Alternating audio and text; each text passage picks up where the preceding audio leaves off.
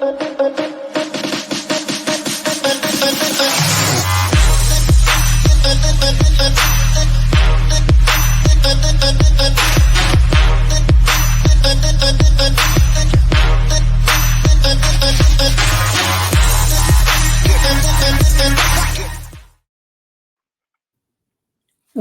welcome, welcome, everybody. I'm Selena Rezvani, and you're joining Women and Work Culture. This is a live stream all about those positive habits and practices for boosting women's leadership at your organization. I am so excited today to be talking about a really hot topic and one that I don't think gets enough airplay. And our guest today is not only a top executive, but a living, breathing ally himself. So excited to welcome you, Chris Kowalewski. Thank you for being here. Hi, Selena. My pleasure. It's great to be with you.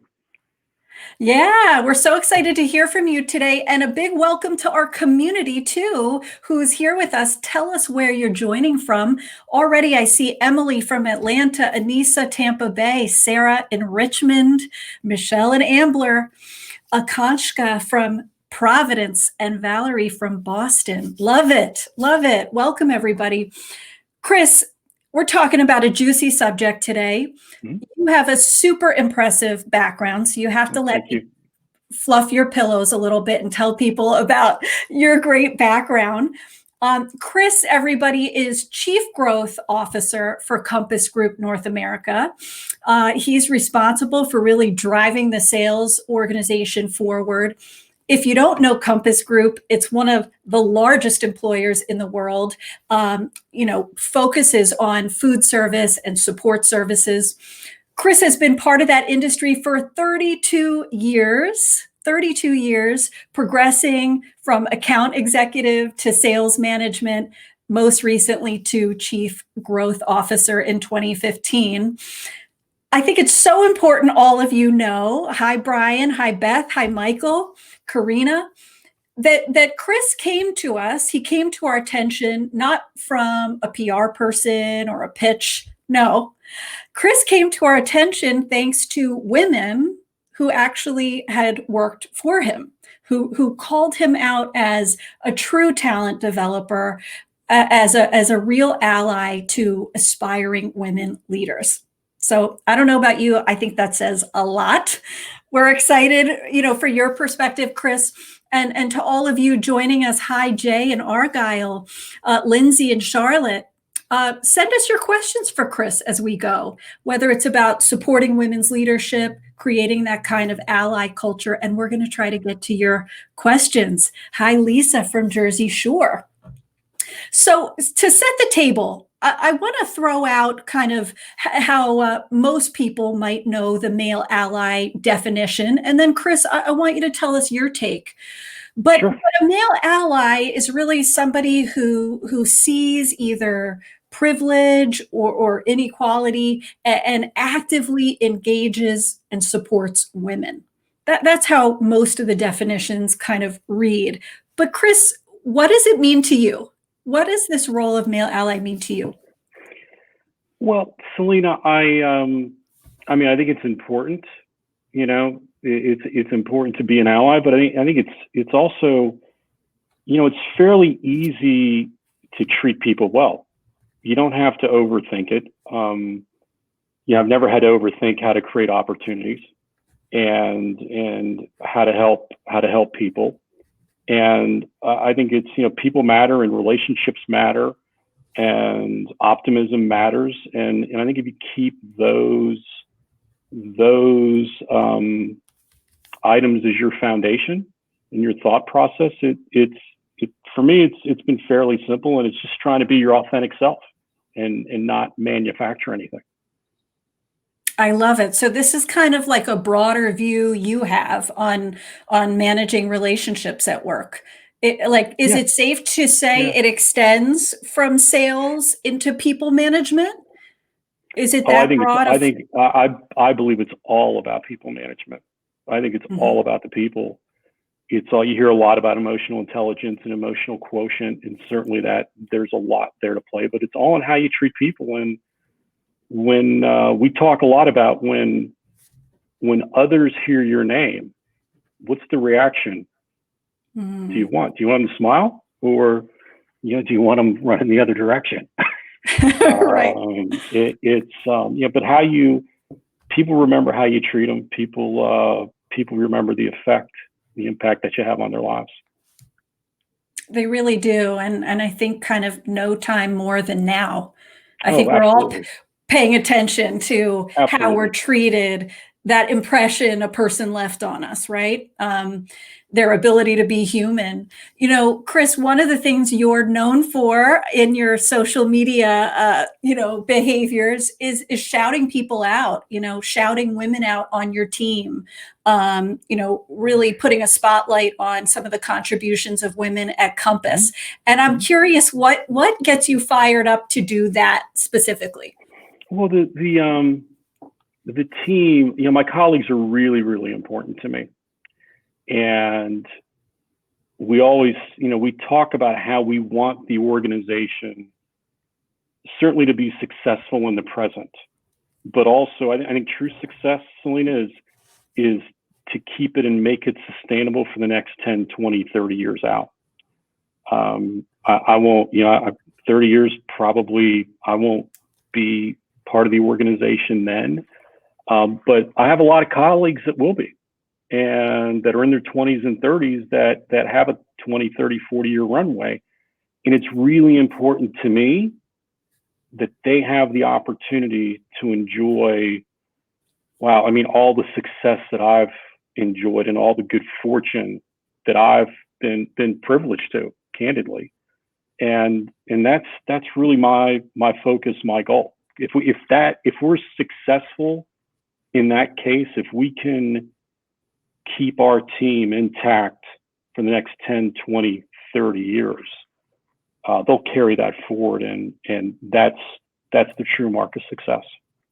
That's so inspiring. And I think a lot of us, get so busy in the everyday of life, right? Like I've heard it called pinball syndrome, where you're just pinging from, action to action, right? You're so busy. And it sounds like you're taking this long range view. You're not getting stuck in the right now. We're trying to minimize distractions, because there's a lot of them. I mean, especially, if you go back in the last 5 to 10 years and the augment of social media, and again, it's a good thing. Don't get me wrong, it's a really good thing, but that everything is instant today. Yeah. It's instant news and instant answers and everything's right there in front of you 24/7. And I do believe there's times you just gotta kind of calm the noise down a little bit, make things easy, make it simple, be there for one another, look after one another. And, this is all stuff you have to want to do, Selena. You got to want to do it. It's hard work, but you got to want to do it. And I think if you're all in, it's fairly straightforward. I love that. I think it's a great prompt for all of us listening, and all of you out there from Charlotte to Portugal, which we see today. We have folks from Charlotte listening in. We do. They snuck in there. But it's a great prompt for all of us. In order for each of us to be an ally to others and show up for people, what is that kind of bigger mission for you? It sounds like for you, Chris, it's really thinking long term. It's thinking about how you can model something that can continue long after you're at Compass. What is that for all of you? It's a great prompt, to figure out what's important. You have a great comment here from Genevieve, and I hope I'm saying your name correctly. Chris is absolutely one of the most inspiring leaders out there. I'm blessed to work with him and the culture he's created on our sales team. He has always been one of my biggest supporters in leadership development. Wow. How awesome. Very kind. Yeah, very kind. And I want to pivot a little bit to a little bit of a stickier, trickier piece of this topic, which is since the kind of Me Too era, right? research tells us that there's more apprehension from some men. One figure says 27% of men now avoid one-to-ones with women for fear of, being misunderstood or, their intentions being mistaken, right? So I'm just going to stay out of the fray. And of course, that's unfortunate. My question to you is, for somebody who's hesitating, maybe for a similar reason, to show up and be that ally to a rising woman leader, what's your advice to them? What would you say to them, since you're clearly not holding back? Yeah, it starts on two things come top of mind. First off, I think in everything you have to suspend judgment. It's really hard to do. But now more than ever, we have to work really hard to suspend judgment, right? I think just have that ability to step back, really look at what's going on around us, what's truly important, and what's the best path forward. And then secondly, Selena, just do the right thing. It's not that hard. Just do the right thing. And it's when you were describing kind of the hesitation for one-on-ones and potentially not being an ally, it saddens me to hear that. It concerns me to hear that, because it really, if you're your authentic self and you just make the attempt to do the right things and take the truth head on, life's a lot easier. It's a lot easier. And I've seen how kind of people operate with those opposite mindsets. Mm-hmm. If you take the truth head on, you never have to worry about what story you told last, right?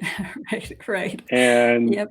And if you just try to do the right thing, I mean, people will see your intentions, good or not so good. And if your intentions are good, and you truly care about people and their best interest, then a lot of great things are going to happen as a result of that. But you have to be authentic in all your dealings. I love it. You're getting lots of clapping hands, hearts, and thumbs up about the simplicity and the beauty of do the right thing. It's hard for me to think any other way.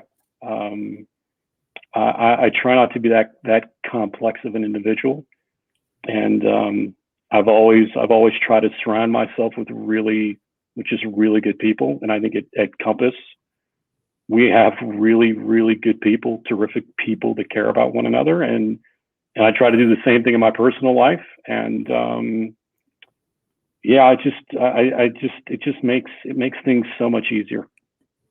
It's so interesting because, I think a lot of people are thinking of this as, hey, if I'm going to become known as this great ally, it's more things. It's learning more skills. And I think your take is really refreshing. It's actually simple. It's actually simple things. It's keeping your word, right? It's showing kind, your intentions. Yeah. Be kind, be gracious, be humble. Again, that's probably another good path forward, is just be kind and be gracious and be humble. And it works. Well, it clearly it does, because you have quite a fan club joining this live show today. There's a great question that comes from Anissa, and she's asking, how you set that tone from day one, that welcoming tone. And she wants to know, do you have any kind of traditions for newcomers who join your team? Any things you like to do to bring people into the fold? Well, yeah, so prior to the pandemic, always had dinners for all the new hires. They would always come to visit Charlotte. We would do kind of their glimpse to orientation and training. And then one night we always had dinner at my home together. But there was always that intimacy of a meal together, some great food, some great wine, never hurts. And I think when you have groups of 10, 12, 14 individuals, and virtually everybody on my team has partaken in those dinners. It's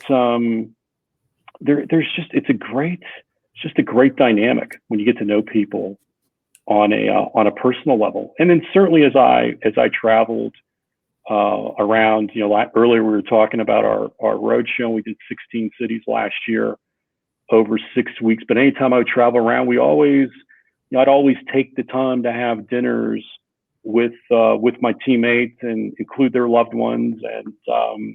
And again, you just get to know people on a different level. And when you're trying to create and build and sustain a high performing organization, I think that's important. And that's how you're gonna have people stay and stay with you for 10, 20, 30 years.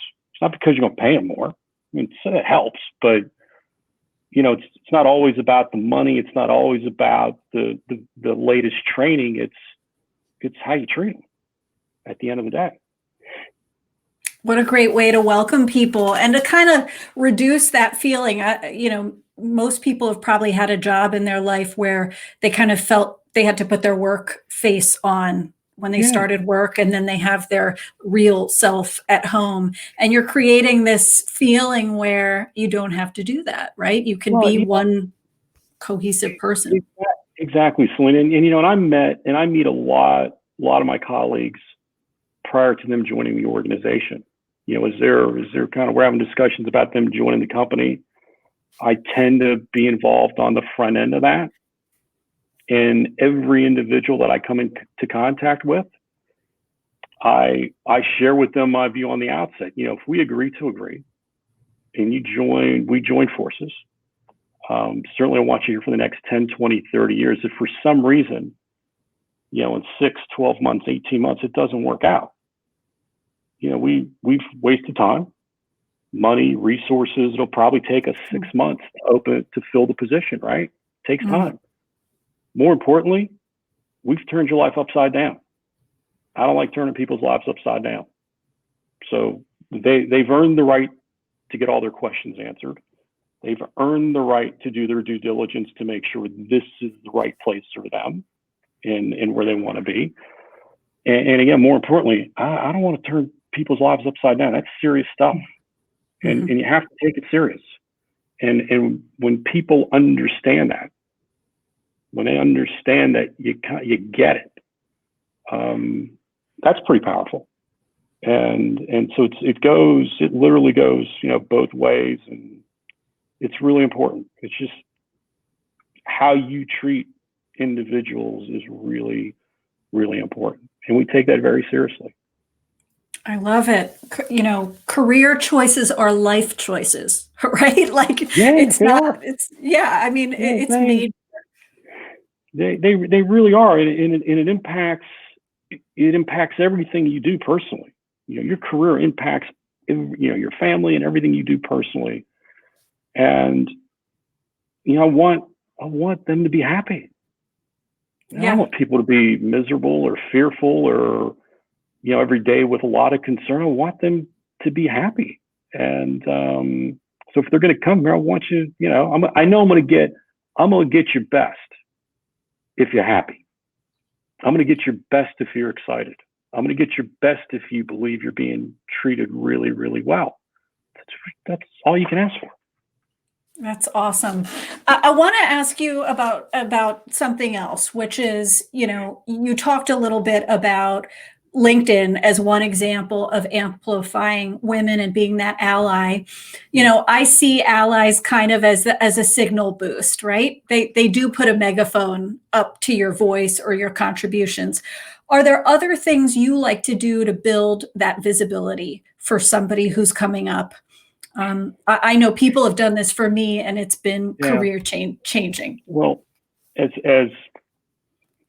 my friends will tell you and colleagues will tell you, LinkedIn is the only thing I'm any good at social media wise. I'm incompetent at virtually everything else when it comes to social media, so I don't participate. But in regards to opportunities and amplifying and building folks up, there's a number of things we do.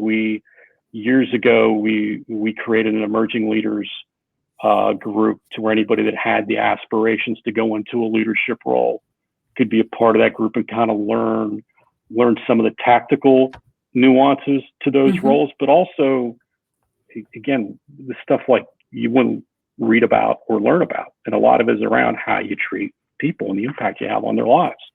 We would spend a lot of time on those subjects talking about it and opening their eyes to that. And for some folks, it was like, yeah, I want to do this. And for other folks, I'm okay doing the role I am. And there's no wrong answer. As long as you're here for a long time and you're happy and you're doing well, all the answers are right. So that's one instance. And we always share the leadership kind of voices and roles. I mean, I don't need to be at the forefront on everything. So a lot of times I like being in the background.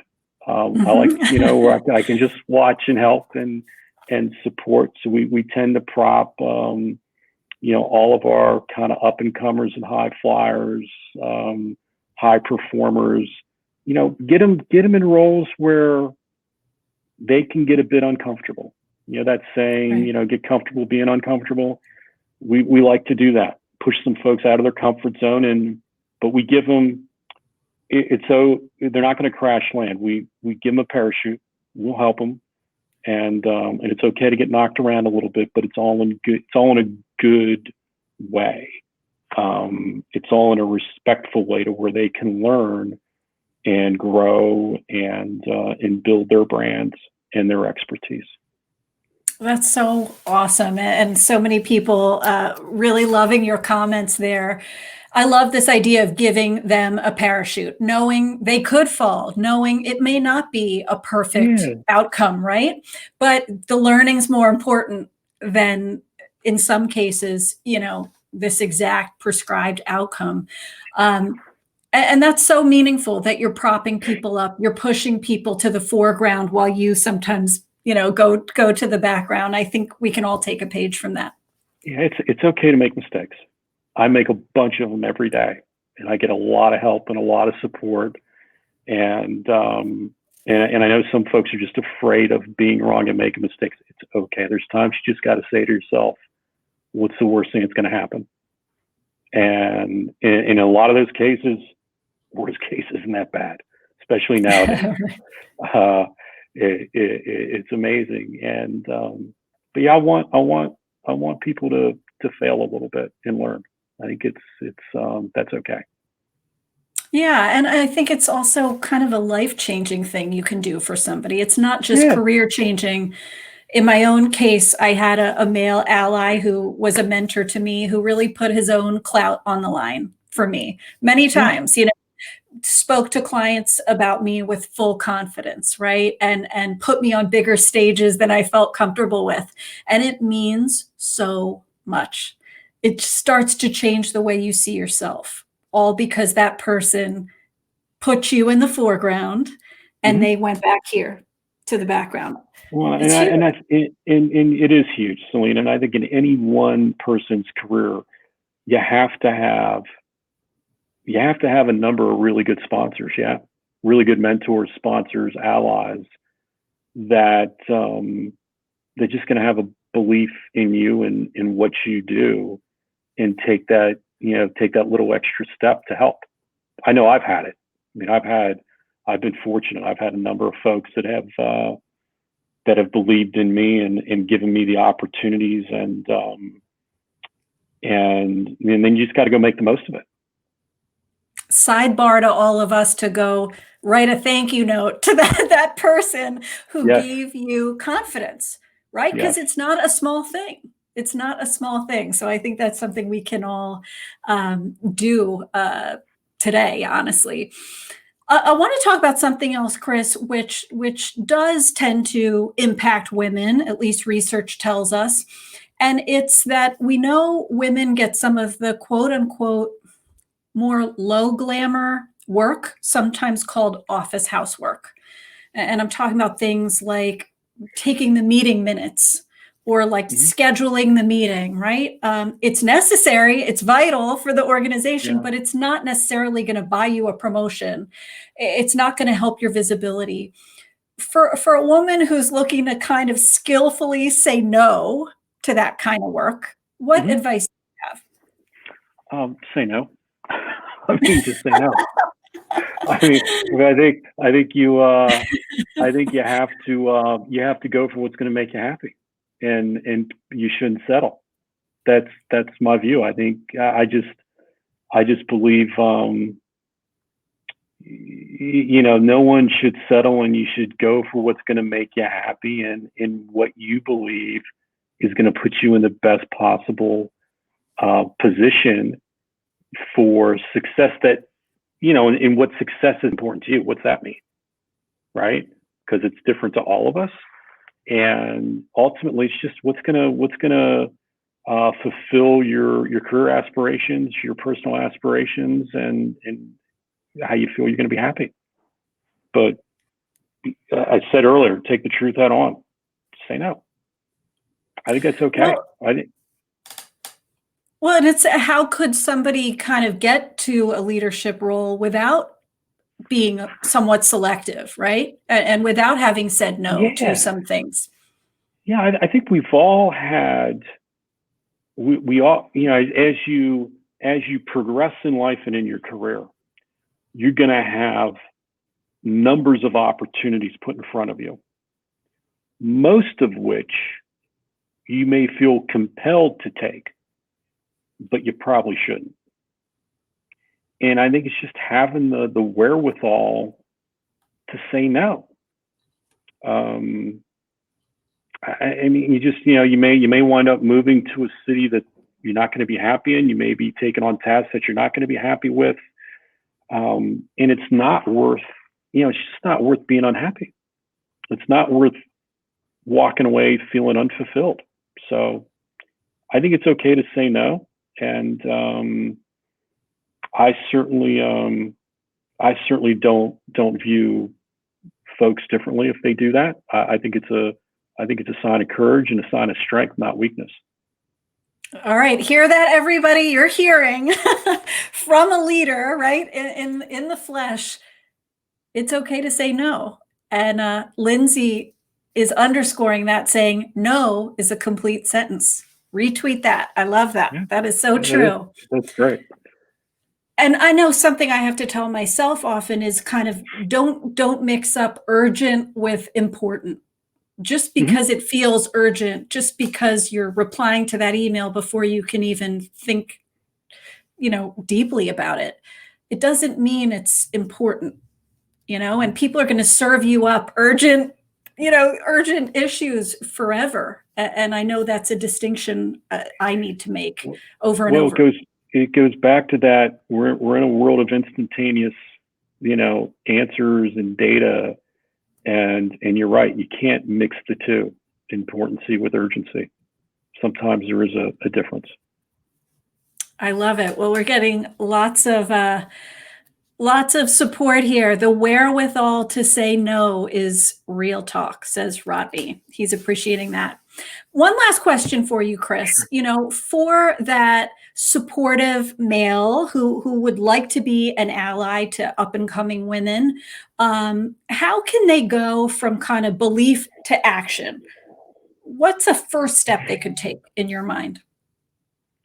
Well, the first step is just the people that you have around you, colleagues that you have around you. If we're speaking purely in the professional world sense, take a look at your organization. Take a look at the folks that are around you, and how can you help them? Make the first move. Offer to help. Offer to be the sponsor. Offer to help them achieve goals that maybe they haven't been able to achieve yet for a variety of reasons. So to me, that's the best place to start. It's the easiest place to start, and from there it evolves. But you gotta want to do it. That's the key. And if you want to do it, it's easy to find opportunities. There's a lot of people seeking help that want help, that want to do better, just go look for it. It's right there. I love it. Make the first move. That's going to stay with me, right? Don't wait for that person you see in Yeah. your organization who has promise to kind of approach you and say, "Hey, would you help? Would you guide?" Go to them. Go Yeah, to them. you never know what's going on in somebody's life, so it's always good to just go to them and open up that dialogue. And it's amazing what can happen, and it's amazing the impact that you can have on people's lives and careers and futures. This is awesome. Well, you're clearly setting the example, Chris, and this has been so informative and interesting to hear about your journey and your philosophy. I know a lot of great things are ahead for you. Well, I thank you. really do want to say, though, it's one thing to talk about pulling people up around you, and it's another thing to do it. So thank you for the work you're doing to lift people up, including women, and help them reach that next level. It's really exciting. For any of you who'd like to read even more about Chris's philosophy, he has such great articles up on LinkedIn with some of his golden nuggets and best tips. One of his most recent is 10 things we can all do now, regardless of our title. And you'll see that in the show notes, along with some other links. If you're not following Chris, you should be. So follow him here on LinkedIn. Like he said, he's active here. I hope you'll stay in touch with me too. You can follow me here on LinkedIn. Check out my LinkedIn learning courses on building your confidence chops and leadership skills. Sign up for my newsletter if you haven't already, and stay in touch via Twitter too. I want to thank you, Chris. Thank you to our wonderful community who joined us today. For all of us here, step up and be that ally for somebody. Step up and be that ally for somebody else. I hope all of you stay healthy, stay well, and lead on. Thanks so much.